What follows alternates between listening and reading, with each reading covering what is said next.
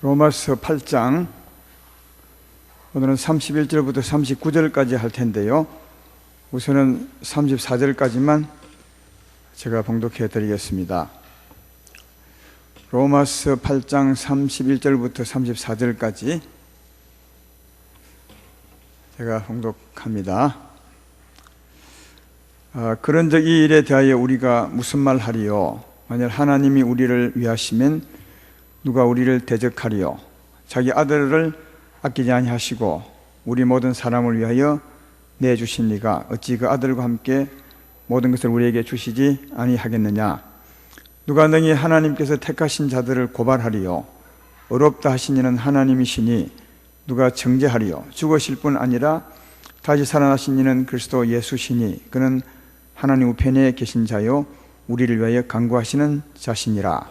아멘. 말씀하기 전에 어제 경남 동로의 남녀 선교회 주관으로 체육대회를 우리 교회에서 했습니다. 우리 교회도 보니까 차를 다 치우니까 굉장히 넓은 운동장이 되어서 아주 체육대회 하기 참 좋았습니다. 가을 체육대회 때 차만 좀 해결이 되면 우리 교회에서 해도 되겠다 이런 생각을 어제 해보면서 그 말씀 하려고 하는 것이 아니라 어제 우리 임원회들이 수고해서 참 잘 됐습니다. 남녀 선교 임원들이 우리 그 남전대 회장님은 우리 이홍규 장로님이시고요, 또 총무는 우리 차정호 집사님이시니까 어쩌면 우리 교회 직분을 맡은 분들이 다 감당을 잘해서 참 좋았습니다. 그리고 음식이 참 좋았습니다. 원래 그래 체육대회 하면 음식 맛으로 하는 건데 그 간식이라든지 또 준비라든지 서비스 사랑이죠. 음식도 참 좋아서 그분들이 너무 고맙다고 그렇게 했습니다. 그리고 남자분들도 마찬가지고 여자분들도 마찬가지로 아름다운 교회 오면 참 많은 것을 배우고 갑니다.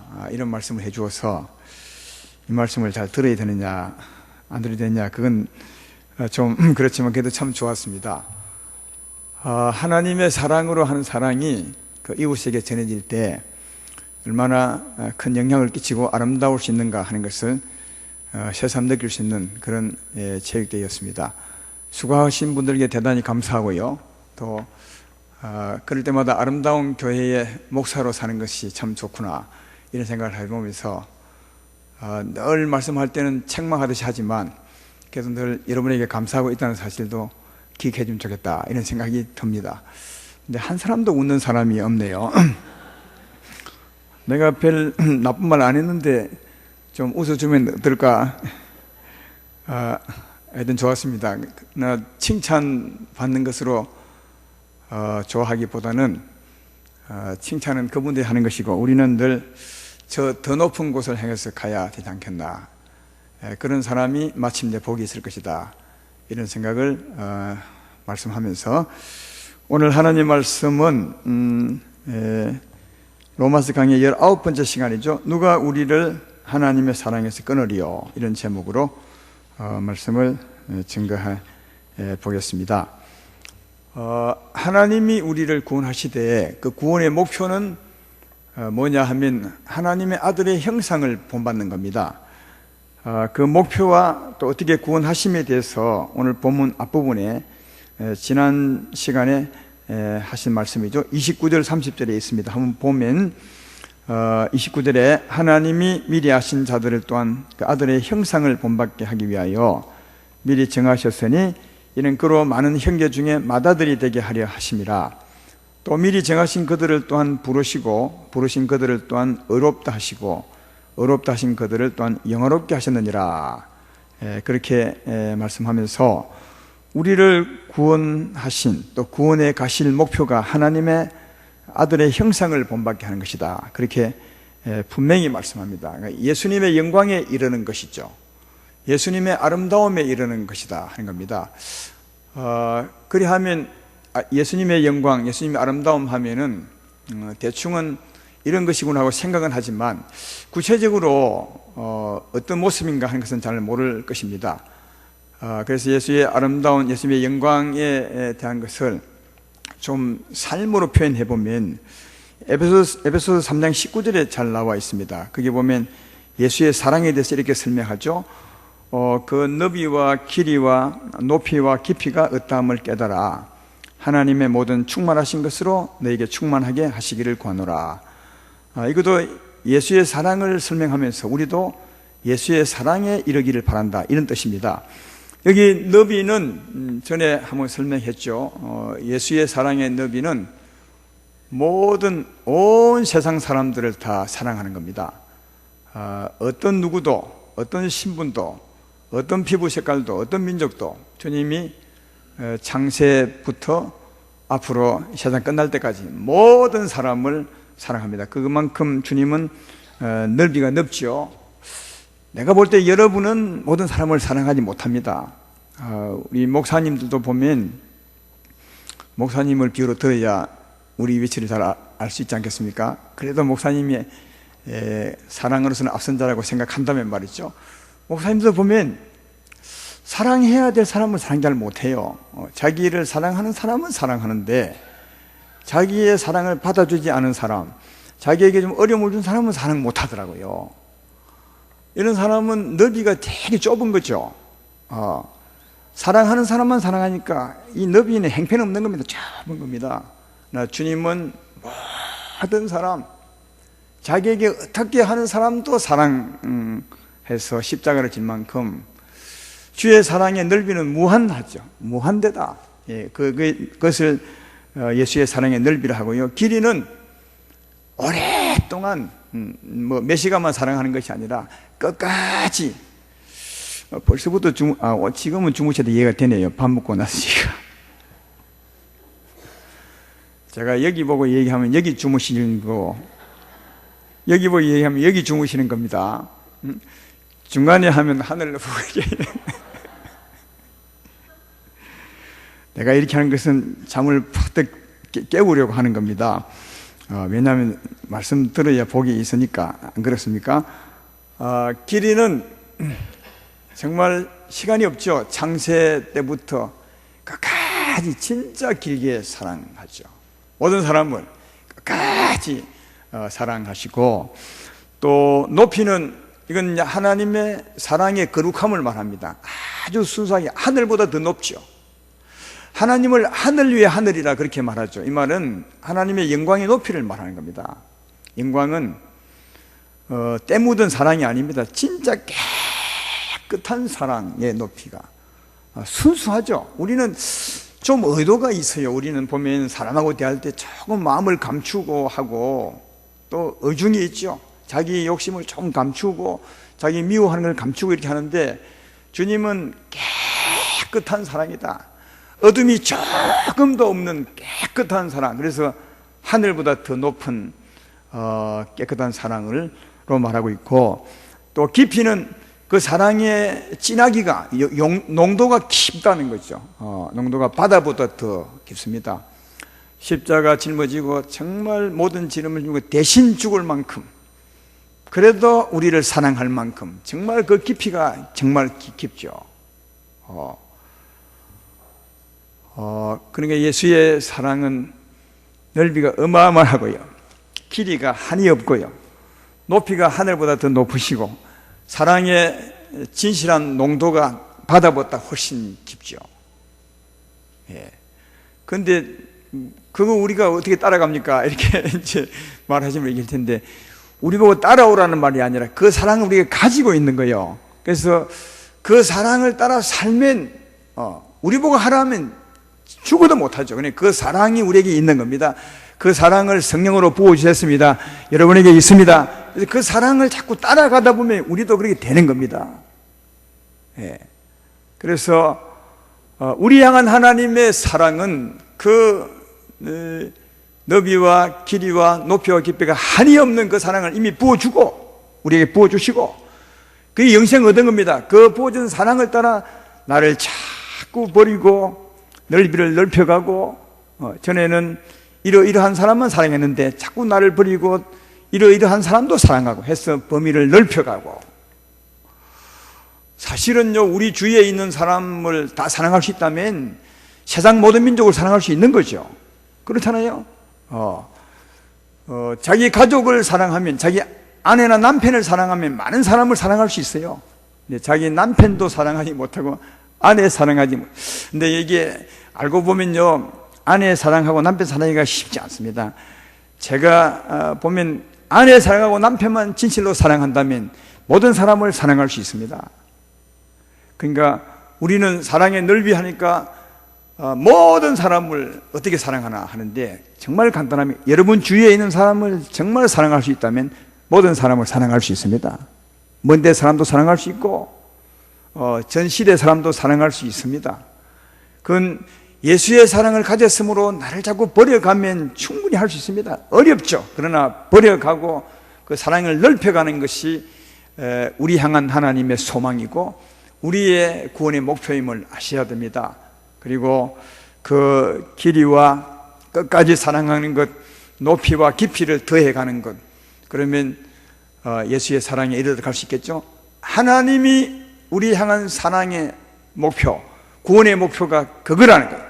우리 안에 사랑을 주어서 그 사랑을 따라 점점 나를 버리고 주를 따라가면 마침내 그런 사랑에 가까워지게 된다. 이것이 우리 향하신 하나님의 구원의 목표라. 아들의 형상을 본받게 하는 것이라, 말입니다. 근데 그걸 어떻게 하느냐? 하나님이 또 다 합니다. 미리 정하시고 미리 아시고는 여러분이 태어나기도 전에, 아니 영혼이 생기기도 전에, 창세전에 미리 하나님이 아신 거죠.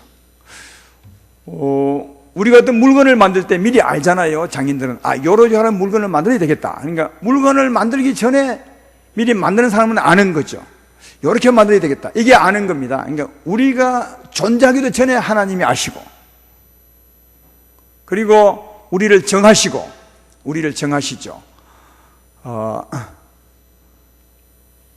정하신 것도 어쩌면 하나님이 우리를 사람을 만들고 난 뒤에 우리를 정하는 것 같아요. 하나님의 사람을 정하시고, 그 다음 모태에서 택정하시고, 이 성경에 보면 모태에서 택했다고 말하죠.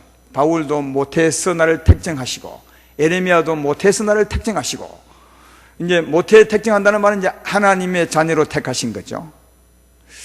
그러니까 참 하나님의 사랑은 예수 믿고 난 후부터 아니라 그 오랜 전에, 여러분이 존재하기도 전에, 창세전에 우리를 아시고 정하시고, 정한 여러분을, 영혼을 여러분의 어머니 모태에 잉태시키는 거죠. 조성시키는 거죠. 그리고 거기서 하나님이 이제 내가 너를 내 백성으로 삼겠다 택하시고, 그 다음 태어나서 살 때 때가 되면 부르시고, 그죠? 부르실 때 우리가 믿는 겁니다. 그때 하나님 부르실 때 내 편에 보면 믿는 겁니다. 믿어지는 거죠. 그리고 믿을 때 의롭다 하시고, 예수님을 믿는가 죄 사함 받아 의롭다 하시고, 의롭다 한 우리들을 하나님이 앞으로 영화롭게 하신다는 거예요. 할렐루야. 이게 하나님이 우리를 구원해 가는 과정이죠. 근데 누가요? 하나님이 한다. 하나님이 아시고, 하나님이 정하시고, 하나님이 택하시고, 하나님이 부르시고, 하나님이 의롭다 하시고, 하나님이 영화롭게 해 가신다. 하나님이 한다는 데 우리가 마음을 두셔야 됩니다. 지난 시간에도 보셨지 않습니까? 하나님이 합력하여 선을 이루면 그 선이 우리를 아름답게 만드는 거죠. 택한 우리가 믿을 때 의롭다함을 받습니다. 택하시고 의롭다한 우리들을 하나님이 이제 합력하여 선을 이루죠. 만물도 우리를 향해서 하나님, 이 사람이 하나님의 영광에 이르기를 바랍니다, 이렇게 고대하고, 우리 자신도 우리를 자꾸만 버리고 하나님 이렇게 구원받기를 원합니다 하고, 성령도 우리가 알지 못하는 것을 자꾸 탄식하게 하고 버리게 하고 주님을 따라가게 함으로 영원하게 하고. 누가요? 하나님이 한다는 거죠. 여러분이 그렇게 해달라고 하신 적이 있으십니까? 없죠. 하나님이 그렇게 하신다. 그러니까 알고 보면 전부 하나님이 합니다.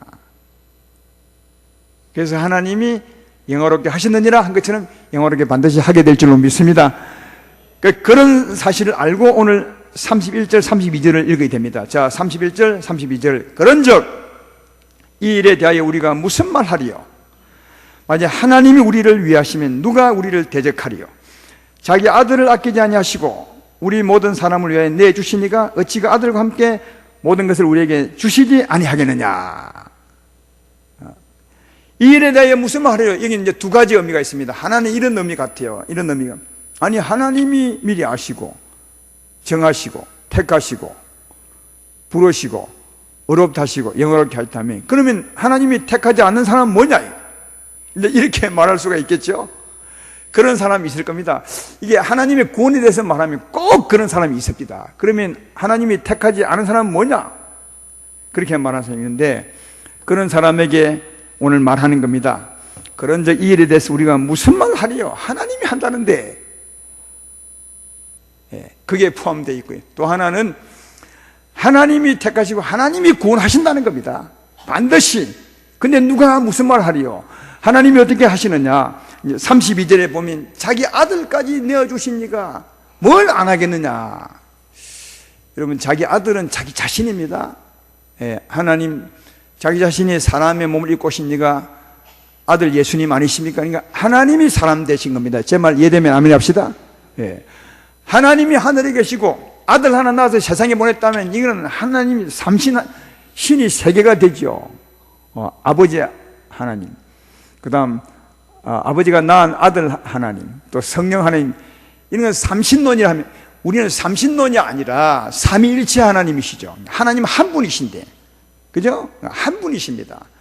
그가 영이시고 말씀이시고 그가 사람 되어 오신 분이니까 같은 분이죠. 그래서 하나님이 사람 되어 오십니까? 하나님이, 예수님이시니까 하나님이 자신을 다 주셨죠. 우리 위해서. 그러니까 자신을 다 주시니까 우리 하는 계획이 우리를 영화롭게 하는 것인데, 그 영화롭게 하는 일을 위해서 하나님 무엇을 못하겠냐? 자신을 다 주시니까. 그러니까 하나님이 반드시 한다는 것을 이렇게 말씀하고 있다 하는 겁니다. 그리고 33절 34절 보면, 누가 능히 하나님께서 택하신 자들을 고발하리요?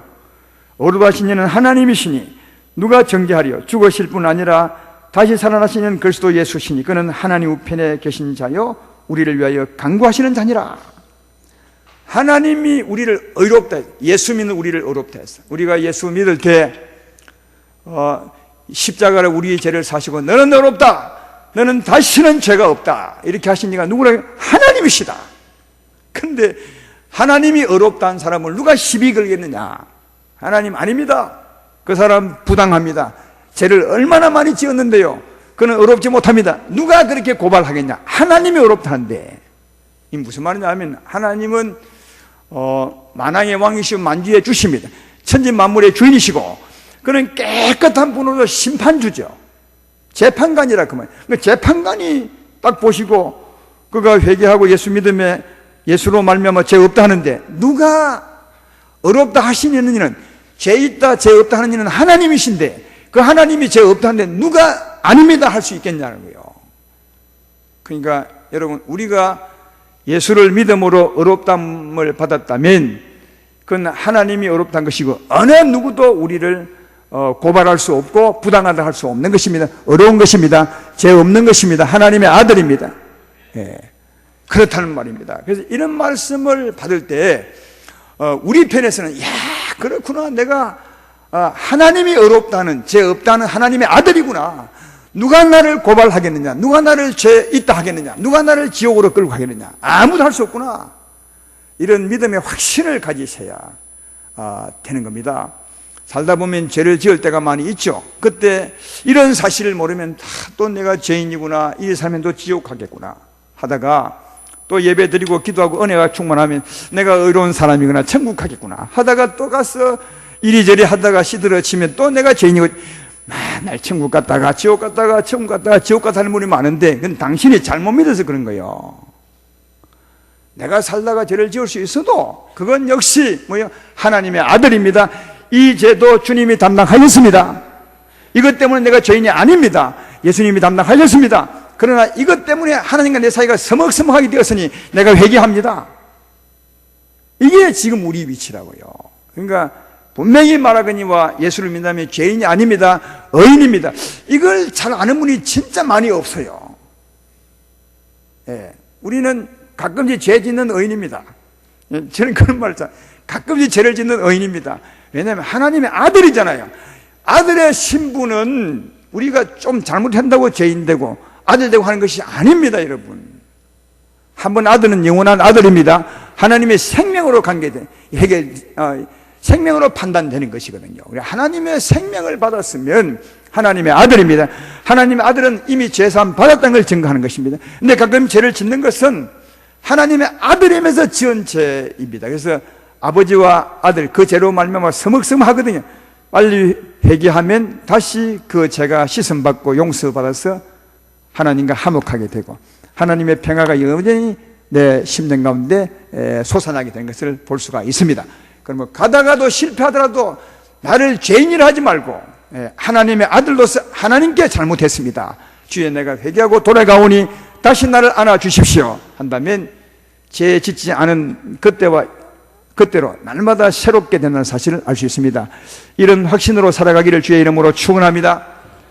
그러니까 하나님이 어렵다 하는데 누가 우리를 정죄하겠느냐? 결코 할 수 없다는 거죠. 그리고 또 하나 있습니다. 그 밑에 보면 우리 위해서 죽으시고 살아나신 예수시니, 우리의 죄짐을 짊어지고 죽으시고 살아나신 이는 우리 죄를 용서하시는 예수님이시고, 그가 끝났으면 모르는데 그가 죽으시고 살아난 하나님 우편에 가 계세요. 우리의 죄를 사했다는 증거로 거기 계신 거죠. 그래서 날마다 우리 위에 강구하는 겁니다. 마귀가 이제 우리를 참수할 때가 있겠죠. 여러분이 세상에 살다가 죄를 짓거나 그러면 마귀는 딱 그 기회를 노려서 하나님께 참수하죠. 하나님, 저 딸 보십시오. 지금 죄지 않습니까? 저 죄인입니다. 그래서 죄로만에 벌 줘야 됩니다. 그때 예수님이 우리의 죄를 담당하시고 살아나신 그 흔적을 딱 가지고 하나님 앞에, 아닙니다, 하나님 아버지 나를 보십시오. 내가 저 아들의 죄를 짊어지고 죽었고 살아나지 않았습니까? 그러므로 저는 죄인이 아닙니다, 의인입니다, 하나님의 아들입니다. 그렇게 말해 주는 분이 계신데 누가 우리를 정죄하겠냐? 누가 우리를 고발하겠느냐? 그러므로 사랑하는 여러분, 예수의 십자가를 믿는다면 하나님께서 어렵다 하십니다. 어느 누구도 정죄하거나 고발할 자가 없습니다. 당당하게 사시기를 주의 이름으로 축원합니다. 하나님 아들로 사시기를 주의 이름으로 축원합니다.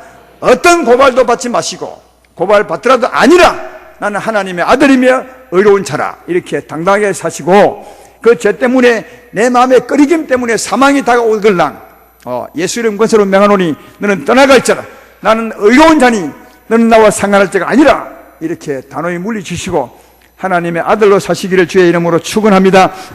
그리고 35절부터 세 번째 단락이죠. 누가 우리를 그리스도의 사랑에서 끊으리요?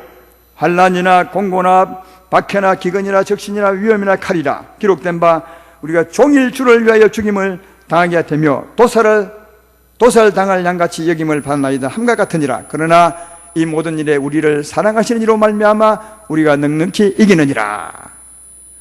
여기 35절에 우리를 그리스도의 사랑에서 끊으리요, 이 말은 여기 성령의 사랑을 말, 하나님께서 성령을 보내주셔서 우리를 붙들고 있는 거죠. 성령이 우리에게서 힘을 주시고 우리를 보호하시고 우리를 인도하시는 거죠. 우리 안에서, 여러분 안에서 성령이 그리스도의 사랑으로 우리를 딱 붙들고 있기 때문에 어떤 어려움이 온데도 성령이 우리를 붙들고 있기 때문에 넘어지지 않고 주님을 배반하고 떠나지 않는다는 거예요. 어려움이 와도 그 성령이 딱 우리를 붙들고 있으면 안 떠난다는 거죠. 여러분, 그런 경우 많잖아요. 우리 시험 들면 다 주를 떠날 것 같죠. 그러나 하나님의 사랑, 예수님의 사랑, 성령의 사랑을 부원받은 사람은 절대로 안 떠납니다. 하나님이 딱 붙들고 있습니다. 힘은 들죠. 낙심할 때고 좌절할 때지만 안 떠납니다. 참 신기하죠. 세상 사람 같으면 벌써 덩지고 떠나야 될 것인데 안 떠납니다. 그게 뭐냐고요? 주님의 사랑이 딱 붙들고 있기 때문에 안 떠난다는 거예요. 그래서 이 사랑을 우리를 붙들고 있으므로 누가 그 사랑의 손을 놓게 하겠느냐? 없다. 그렇게 말하죠. 36절에 우리가 종일 주를 위하여 죽임을 당하게 되며 도살당할 양같이 여김을 받나이다. 이렇게 사는 사람이 들어 있습니다. 이렇게 살아도 결코 안 떠난다는 거예요. 그 말 하고 있는 거예요. 그 46절은 시편 44편을 인용한 건데요. 요 시편 44편 요 말씀 앞에를 제가 한번 읽어보겠습니다. 시편 44편 9절부터 12절, 22절까지요. 한번 제가 들어보십시오. 이 고라 자손이 쓴 시입니다. 그러나 이제는 주께서 우리를 버려 욕을 당하게 하시고 우리 군대와 함께 나가지 아니하시나이다. 주께서 우리를 대적들에게서 들어서게 하시니 우리를 미워하는 자가 자기를 위하여 탈취하였나이다. 주께서 우리를 잡아먹힐 양처럼 그들에게 넘겨주시고 여러 민족 중에 우리를 흩으셨나이다. 주께서 주의 백성을 헐값으로 파시며 그들을 판값으로 이익을 얻지 못하셨나이다. 주께서 우리를 하여금 이웃에게 욕을 당하게 하시니 그들이 우리를 둘러싸고 조소하고 조롱하나이다. 주께서 우리를 뭇백성 중에 이야기거리가 되게 하시며 민족 중에서 머리 흔들림을 당하게 하셨나이다. 나의 능력이 종일 내 앞에 있으며 수치가 내 얼굴을 덮어서니 나를 비방하고 욕하는 소리 때문이요 나의 원수와 나의 복수자 때문이니다. 그러니까 어마어마하게 어려움을 당하고 있죠. 핍박을 받고 욕을 먹고 조롱을 당하고 놀림을 당하고 있죠. 예? 그런데 그 다음에 이렇게 말합니다. 바로 그 뒤에서 이 모든 일이 우리에게 임하였으나 우리가 주를 잊지 아니하며 주의 언약을 어기지 아니하였나이다. 우리 마음은 위축되지 아니하고 우리 걸음도 주의 길을 떠나지 아니하니. 그렇게 주님을 떠나지 아니했다는 거예요. 주님을 이제 사랑했다는 거예요. 할렐루야. 그 다음 또 이렇게 말, 주께서 우리를 성량의 처소에 밀어 넣으시고 우리를 사망의 그늘로 덮으셨나이다.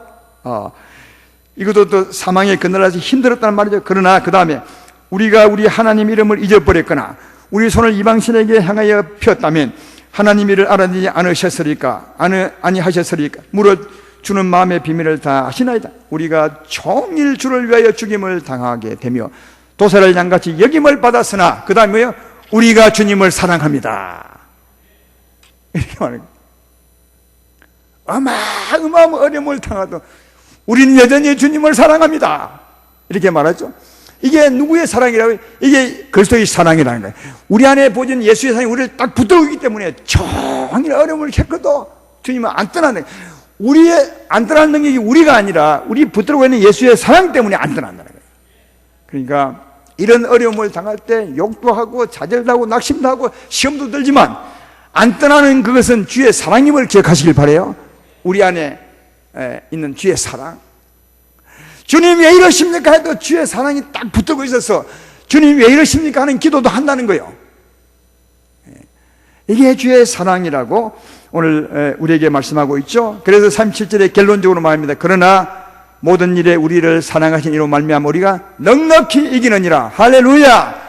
그래서 그런 어려움이 있어도 우리를 딱 붙들고 있는 성령의 사랑으로 말미암아 넉넉히 이기면서 안 떠난다는, 오히려 더 주님을 더 의지한다고 그렇게 말씀하죠. 여기까지 소결론을 내려보면 주님은 우리 향한 소망이 있습니다. 우리를 택하시고 의롭다 하시고 그리고 우리와 늘 함께 하시고 우리 위해서 모든 걸 다 주시고 우리를 보호하시고 우리의 손을 딱 붙들고 있으셔서 우리로 하여금 그 손을 붙들고 살게 하셔서 세상에 아무리 어려움이 와도 넉넉히 이기며 살게 하신다는 거예요. 할렐루야. 이게 우리 향한 주의 사랑이죠.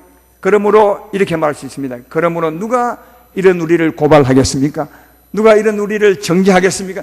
누가 이런 우리를 주의 사랑에서 떼어내겠습니까? 누가 이런 우리를 좌절하고 낙심하고 넘어지게 하겠냐고요. 아무도 할 수 없다는 거예요. 우리를 꽉 붙들고 있는 주의 손에서 누가 떼어낼 자가 없다고.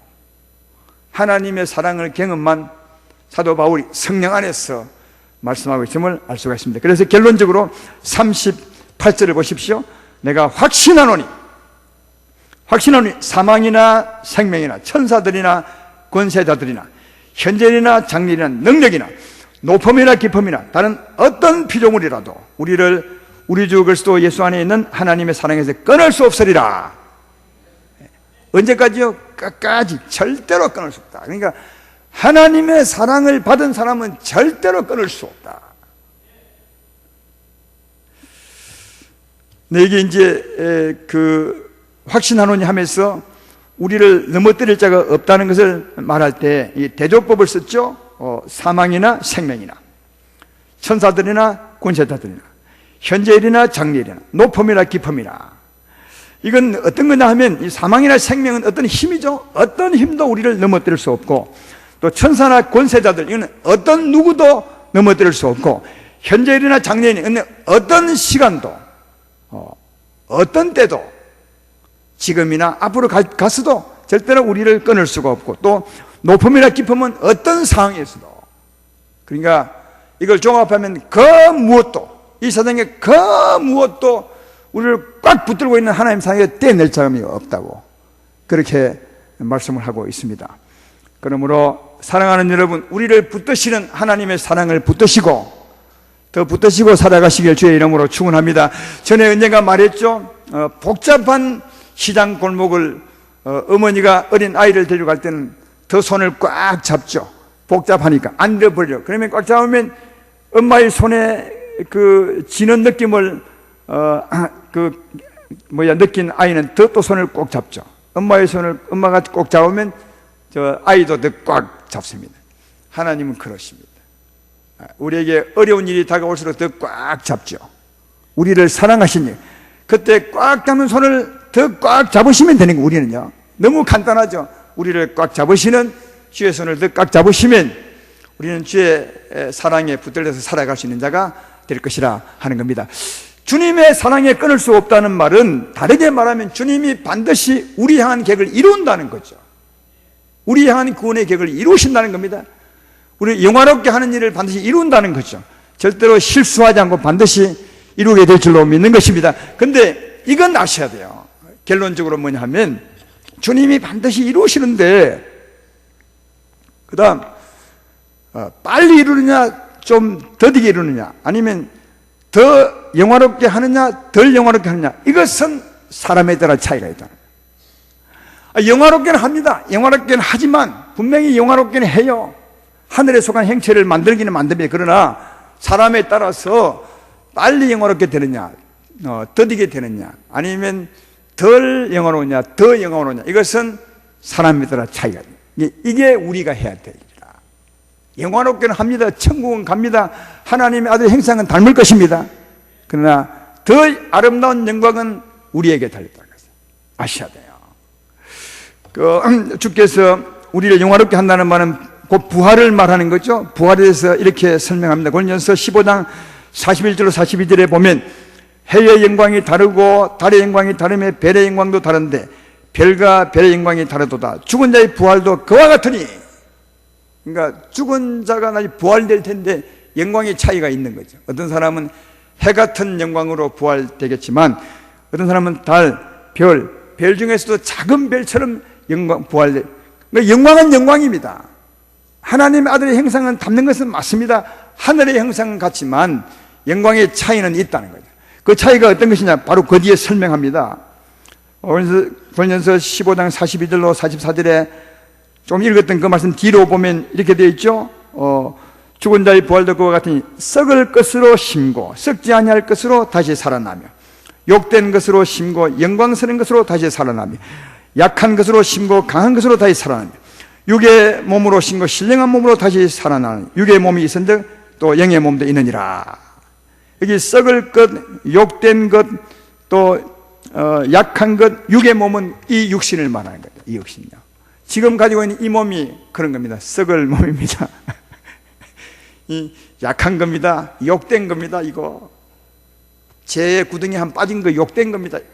약한 겁니다. 육의 몸이죠. 근데 이것으로 심는 겁니다. 이거 심어서 영광스러운 몸을 만든다는 것입니다. 그래서 심은 대로 거둔다 했으므로 부활의 영광의 차이는 우리 심은 우리에 따라 다르게 된다. 하나님이 반드시 영화롭게 하시겠지만 그 영화의 정도는 우리 심은 것에 따라서 달리 된다는 사실을 잘 알 수가 있습니다. 그래서 우리 믿음의 선배들은 보면 더 좋은 부활을 위해서 정말 열심히 살았습니다. 더 좋은 부활을 위해서, 더 좋은 아름다움을 위해서, 더 예수께 가까운 형상을 입기 위해서 살았던 것을 볼 수 있죠. 히브리서 11장 35절로 38절에 이렇게 말합니다. 여자들은 자기의 죽은 자들을 부활로 받아들이기도 하며 또 어떤 이들은 더 좋은 부활을 얻고자 하여 심한 고문을 받되 구차히 풀려나기를 원하지 아니하였으며 어떤 이들은 조롱과 채찍질뿐 아니라 결박과 옥에 갇히는 시련도 받았으며 돌로 치는 것과 톱으로 캐는 것과 시험과 칼로 죽임을 당하고 양과 염소의 가죽을 입고 유리하여 궁핍과 환난과 확대를 받았으니 이런 사람은 세상에 감당하지 못하느니라. 그들이 광야의 산과 동굴과 토굴에 유리하였느니라. 더 좋은 부활을 위해서 살았다. 더 좋은 부활을 위해서 이렇게 살았다. 더 좋은 영광이 이들의 소망이었음을 알 수 있는 거죠. 우리 향한 하나님의 소망도 이것이고 또 우리가 하나님을 향한 소망의 기도도 이것입니다. 더 좋은 부활을 위해서 살아가는 거죠. 그래서 여기 사람들은 더 좋은 부활을 위해서 구차하게 그것을 면하지 않았다. 이 말은 좀 어려움을 당할 때 더 좋은 부활을 위해서 하나님 말씀을 버리지 않았다는 겁니다. 더 정말 힘들어도 오늘 예수님처럼 하나님 말씀을 택했다는 거죠. 더 좋은 부활을 위해서. 대단하죠. 이런 진짜 높은 차원으로 우리 향한 하나님의 목표를 향해서 살아야 예수 믿는 사람처럼 사는 것이 아닌가. 그러니까 목표가 분명해야 된다는 거죠. 더 좋은 부활을 위해서 구차히 형을 면하지 않고, 이 말은 그 아픔과 고통 때문에 하나님 말씀을 버리지 않고 그 고통 속에서도 더 좋은 부활을 위해서 하나님 말씀을 붙들고 살았다. 여러분 여기 고통을 한번 보십시오. 꽤 어마어마하죠. 그러니까 이래도 하나님은 안 떠났다는 거예요. 말씀 붙들고 살았다는 거예요. 근데 그 같은 사랑이 누구 사랑이라고 오늘 본문에 우리를 붙들고 있는 예수의 사랑이라는 거예요. 할렐루야. 우리는 이럴 때 이럼에도 불구하고 더 좋은 부활을 위해서 살 때 내가 대단하다 할지 모르겠지만 아닙니다. 여러분 안에 그런 삶을 살도록 붙드는 예수의 사랑이 그렇게 한다는 거예요. 이게 하나님의 사랑이요. 그러니까 이런 막 톱을 캐고 돌멩이를 치고 이래도 더 좋은 부활을 위해서 그런 형을 감당하기를 바라고 살았던 사람이니까 세상이 감당하지 못하죠. 어느 세상이 그를 예수님의 사랑에서 떼어낼 수 있겠습니까? 못 떼낸다는 거죠. 근데 이걸 다르게 말하면 하나님이 붙들고 있다는 거예요. 하나님이 붙들고 있다. 그래서 우리는 하나님이 나를 붙들고 있는 이 손에 붙잡힌 바 된 것을 잡으려고 가는 거예요. 나를 붙잡고 있는 이 손에 잡힌 바 된 것을 잡으려고 가는 게 우리니까, 우리를 붙들고 있는 하나님이시고 이 하나님 손을 더 붙들고 가는 게 우리의 삶이다. 근데 그건 누가 한다면 하나님이 하신다. 따라서 사랑하는 여러분, 앞으로 살아가면서 많은 일이 있겠지만 처음엔 이런 것 같아요. 하나님은 여러분을 더 아름답게 만들기 위해서 우리 수준에 맞게 시험도 하는 것 같아요. 진짜입니다. 지금 여러분의 수준에 처음 예수 믿을 때 그런 시험 오면요, 그건 아예 뭐라나 콧방귀도 안 깨요. 너무 시시하니까. 그건 뭐 염려도 안 되죠. 하나님은 우리를 자꾸만 저 높은 곳으로 데려가야 하는 사랑의 하나님이시므로 우리 수준에 딱 맞게 시험이 있다고 해요. 내보니까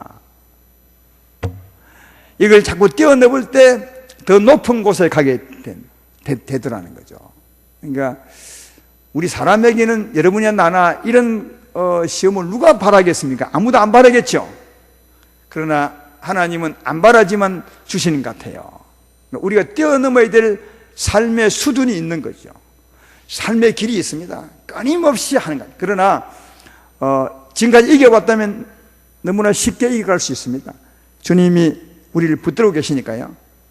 꼭 기억할 것은 아무리 어려움이 와도 절대 여러분은 그 어려움에 안 뺏긴다는 거예요. 누가요? 하나님이 우리를 딱 붙들고 있는 것입니다. 나를 붙드시는, 더 강하게 붙드시는 하나님 손을 딱 붙드시고 살아가시면서 한 가지 꿈을 꾸십시오. 언젠가 주님이 나를 아름답게 세우실 것이다. 나를 영화롭게 하실 것이다. 하나님의 아들의 형상에 이르게 하실 것이다.